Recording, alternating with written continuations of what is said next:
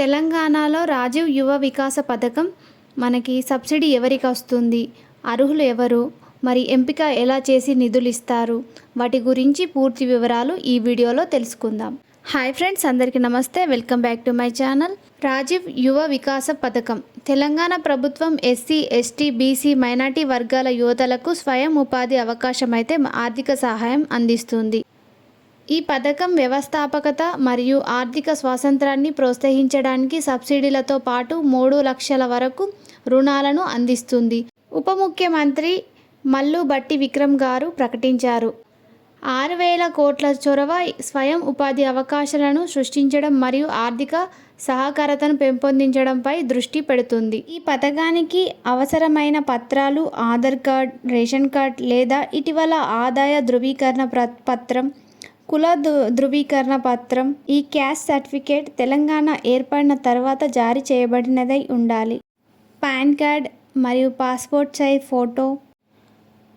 Aadhaar card ప్రకారంగా దరఖాస్తుదారుని పేరైతే ఉండాలి. ఇది ఎంపిక ఆమోద షెడ్యూల్ ఎలా చేస్తారంటే, ఆన్లైన్ దరఖాస్తు చివరి తేదీ ఏప్రిల్ 5 వరకు అయితే ముగుస్తుంది ఈ 2025లో. మండల్ కమిటీ సమీక్ష ఏప్రిల్ 6 నుండి మే 20 వరకు 2025లో ఇలా జరుగుతుంది సమీక్ష. జిల్లా కమిటీ ఆమోదం మే 21 నుండి 31 వరకు 2025లో జరుగుతుంది. లబ్ధిదారులకు పత్రాల పంపిణీ జూన్ 2 నుండి 9 వరకు ఈ తేదీల్లో పత్రాలైతే జారీ చేస్తారు. మండల స్థాయిలో దరఖాస్తును ఎంపీడీఓ లేదా మున్సిపల్ కమిషనర్, జోనల్ కమిషనర్ నేతృత్వంలో కమిటీ సమీక్షిస్తుంది. జిల్లా స్థాయిలో జిల్లా కలెక్టర్ నేతృత్వంలో ప్రత్యేక కమిటీ ఈ ప్రక్రియను పర్యవేక్షిస్తుంది. అర్హతలు, ప్రమాణాలు. గ్రామీణ ప్రాంతాలకు వార్షిక ఆదాయం 1.5 1,50,000 కంటే తక్కువగా ఉండాలి. పట్టణ ప్రాంతాల్లో మున్సిపల్ కార్పొరేషన్, మున్సిపాలిటీ వార్షిక ఆదాయం 2 లక్షల కంటే తక్కువగా ఉండాలి. వయోపరిమితి. వ్యవసాయేతర వర్గాలకైతే 21 నుండి 55 సంవత్సరాల లోపు ఉండాలి. వ్యవసాయం సంబంధించిన వర్గాలకు 21 నుండి 60 సంవత్సరాల లోపు ఉండాలి. కుటుంబానికి ఒక సభ్యుడు. 5 సంవత్సరాల లోపు కుటుంబానికి ఒక వ్యక్తికి మాత్రమే స్వయం ఉపాధి పథకాలకు అర్హులు. ప్రాధాన్యత వర్గాలు ఏమిటంటే, మొదటిసారి దరఖాస్తు చేసుకునేవారు, ఈఎస్ఎస్ క్రింద మొదటిసారి దరఖాస్తు చేసుకునే వారికి ప్రాధాన్యత. యూనిట్ ఖర్చులు అండ్ సబ్సిడీ వివరాలకు వస్తే, యూనిట్ విలువ 50,000 వరకు ఉంటే 100% సబ్సిడీ. అలాగే 50,000 నుండి 1,00,000 లోపు ఉంటే 90% సబ్సిడీ. బ్యాంకుకి రుణం 10%.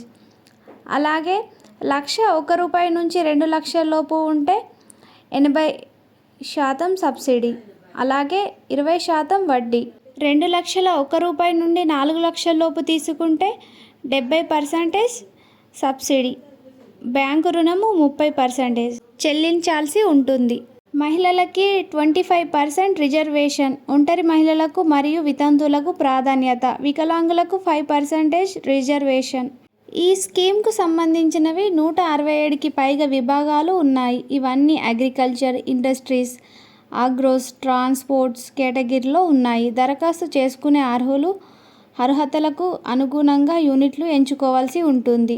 ఆ యూనిట్పై ఎంతవరకు రాయితీ వస్తుందో కూడా వెబ్సైట్లో తెలుసుకోవచ్చు. స్వయం ఉపాధి యూనిట్లకు అవసరమైన సామాగ్రి సేకరణ పారదర్శకంగా నిర్వహించబడుతుంది. శిక్షణ కార్యక్రమాల కోసం జిల్లా కమిటీ వివరాత్మక కార్యాచరణ ప్రణాళికలు రూపొందిస్తారు.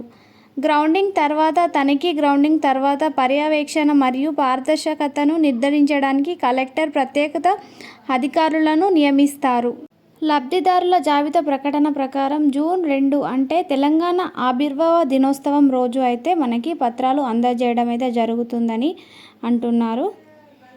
మరి ఈ వీడియో కనుక మీకు నచ్చినట్టయితే నా ఛానల్ని లైక్ చేయండి, షేర్ చేయండి, సబ్స్క్రైబ్ చేయడం మర్చిపోకండి. మరిన్ని లేటెస్ట్ పథకాలకు సంబంధించిన వీడియోస్ అయితే మన ఛానల్లో అప్లోడ్ చేస్తాను. Please do subscribe my channel.